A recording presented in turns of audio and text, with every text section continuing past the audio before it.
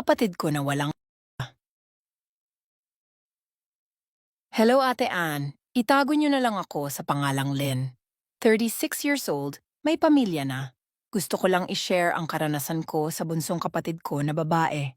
Pang-apat nga pala ako sa amin na magkakapatid at 6 kami na magkakapatid.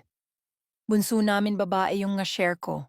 Namatayan siya ng asawa at inako ko lahat ng obligasyon bilang ate sa kanya.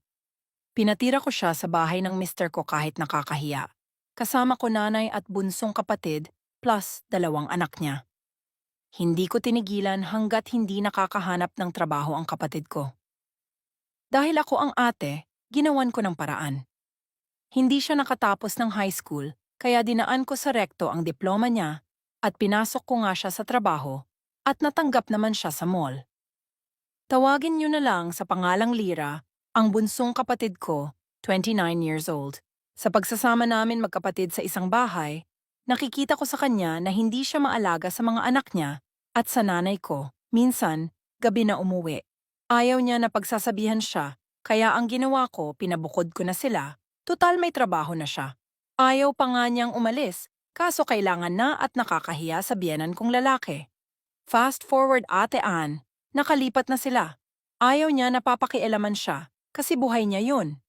At wala daw akong ambag sa buhay niya. Kasi naaawa na ako sa nanay ko, hatid sundo na nga ang anak niya at nag-aalaga pa ng mga apo niya sa kanya. Wala man lang konsuelo, lagi naglalaba at pagkatapos punta ng palengke para magtinda ng plastic.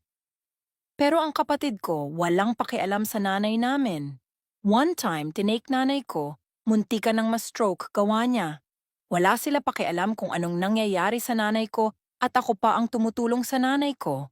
Nasa akin nanay ko dati, kaso naaawa siya sa bunsong kapatid ko dahil walang mag-aalaga ng mga anak niya. Kaya hindi niya iniwan ang kapatid ko. Mas pinipili pa nga ng nanay ko ang kapatid ko kesa sa akin. Ate Ann, hindi ko na kaya ang pinagagawa ng kapatid ko sa nanay ko, pero wala akong magawa dahil ayaw nang sumama ng nanay ko sa akin dahil sa kapatid kong bunso. Matanda na nanay ko para mag-alaga ng mga apo, dapat minamahal na lang ng kapatid ko, pero kinakatulong niya lang.